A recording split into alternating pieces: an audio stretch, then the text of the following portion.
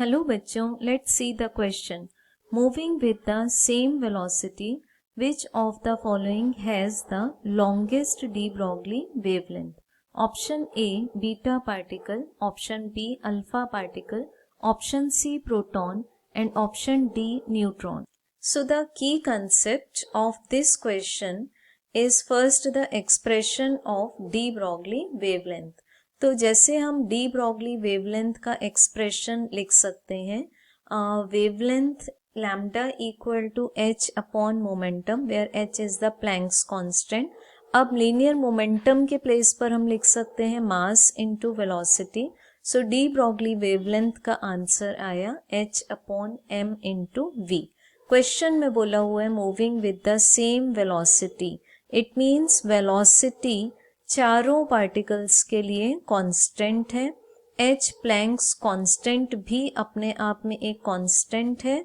तो हम लिख सकते हैं कि lambda is inversely proportional to mass of the particle. So lambda is inversely proportional to mass का मीनिंग हुआ कि अगर मास लीस्ट होगा, सबसे कम होगा, तो डी ब्रॉगली वेवलेंथ लॉन्गेस्ट होगी. जैसे हमें क्वेश्चन में पूछा हुआ है कि कौन से पार्टिकल के लिए डी ब्रॉगली वेवलेंथ लॉन्गेस्ट है. सो हम यहाँ पर चारों पार्टिकल्स का मास कंपेयर करेंगे. So as we know that mass of alpha particle is more than mass of neutron, is more than mass of proton, is more than mass of beta particle. So beta particle का mass सबसे कम है, means least है.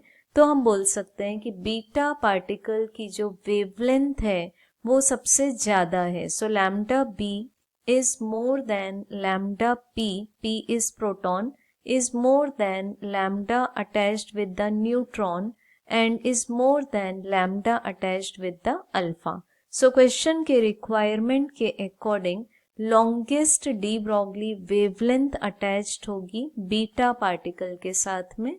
तो हमारे इस question का right answer है option number A, that is beta particle. Hope you understood it well. Best of luck.